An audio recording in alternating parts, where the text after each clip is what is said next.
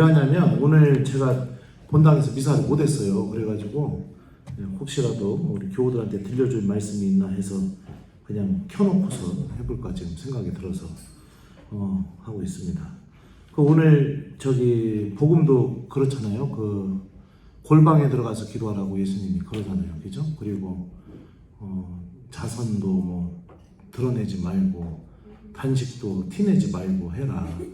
숨은 일도 보시는 내 아버지께서 너희에게 갚아주실 것이다 이렇게 말씀하시는데, 이 예수님의 이 말씀이 우리가 방금 배웠던 이 코린토 1서 말씀하고 똑같은 겁니다. 그러니까 우리가 막 눈에 보이는 엄청나게 중요한 일을 해야만 내가 뭐 교회 안에서 굉장히 의미 있는 사람이 되는 게 아니라, 하루하루 내가 주님의 말씀을 받아들이고 그 말씀에 믿음을 두고서 실천하면서 살아가는 게, 그게 남들에게는 드러나지 않고 나에게 뭐 내가 막 남들에게 더 특별해 보이고 막 이런 건 아니지만, 그것 자체가 그 안에서 하나님의 구원이 계속 이루어지고 있는 상태이기 때문에 그게 하나님께는 굉장히 의미 있는 일이고, 우리가 영원한 생명을 믿고 있다면 그런 믿음 안에서도 굉장히 의미 있는 일이죠. 그러니까 우리가 정말로 중요하게 여겨야 될 게 뭐냐, 내가 막 엄청나게 좋은 일, 의미 있는 일 막 이런 것을 많이 하는 게 중요한 게 아니라, 하나님께서 마련하신 구원을 내가 차지하는 사람이 되는 게, 그게 우리에게 가장 중요한 일입니다. 그죠? 그리고 나도 차지하고 내 이웃들도 그 구원을 차지하고, 그러면서 교회 공동체가 구원받는 공동체가 되는 거. 그러니까 바울은 얘기하는 게 뭐냐, 이 모든 게 다른 일이 아니라 복음 선포의 어리석음을 통해서 이루어진다 라고 바울은 얘기하고 있죠. 그러니까 우리 수녀님들 성물도 하는 거, 그 다음에 기도하시는 거, 미사 드리시는 거, 이게 의미 없는 일이 아니라는 겁니다. 여기에 이 엄청난 하나님의 구원의 힘이 다 담겨 있는 겁니다. 그리고 그런 수녀님들의 모습 자체가 이 지혜롭다는 자들, 슬기롭다는 자들, 유력한 이들, 가문이 좋은 이들, 이런 사람들에게 명확하게 본인이 지금 어디에 속해 있는 사람인지를 바라볼 수 있게 해주는 그런 표징을 우리 수녀님들이 그런 역할을 하고 계시다는 거죠. 그냥 수녀님들 존재 자체만으로도 하나님을 기억하게 됩니다. 저 같은 신부도 기억을 하게 되는데, 일반 교우들은 어떻게 하겠어요? 수녀님들 기도하시는 모습만 보더라도 내가 죄인이구나, 나 망했구나, 막 다 이렇게 생각하게 돼요. 그러니까 우리 수녀님들 진짜 이 소중한 부르심을 받으셨다는 거 기억했으면 좋겠어요. 그리고 이 부르심을 아주 값지게 지켜나가셨으면 좋겠습니다.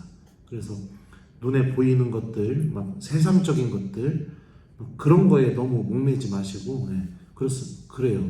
그리고 제가 본당 신고도 해보니까 수녀님들이 막 본당에서 역동적으로 뭔가를 막 이렇게 교우들하고 하시는 것도 아주 보기 좋아요. 하지만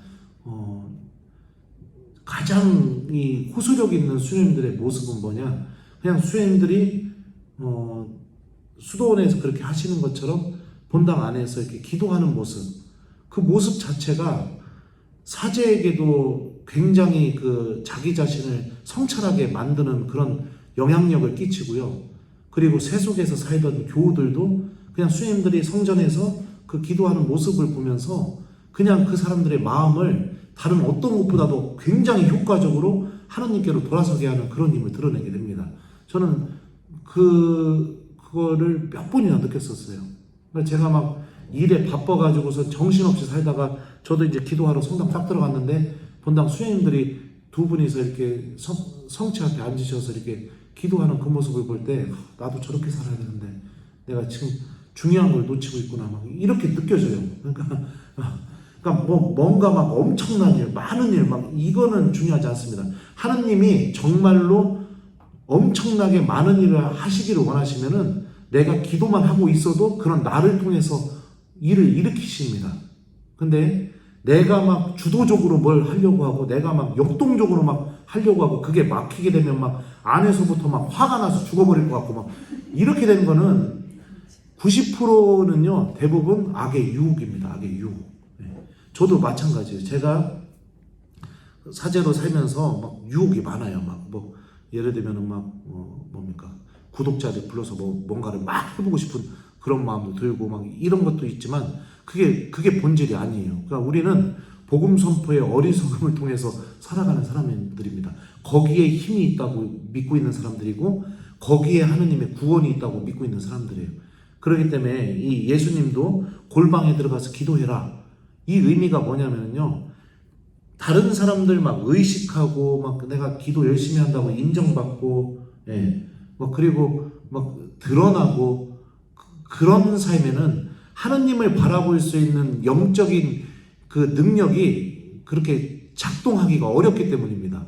그냥 하느님이 내가 성경을 긋는 순간부터 하느님이 온 신경을 쏟아서 나만을 바라보고 계시다는 걸 내가 의식하면서 살아가는 그 영성생활이 굉장히 중요하거든요.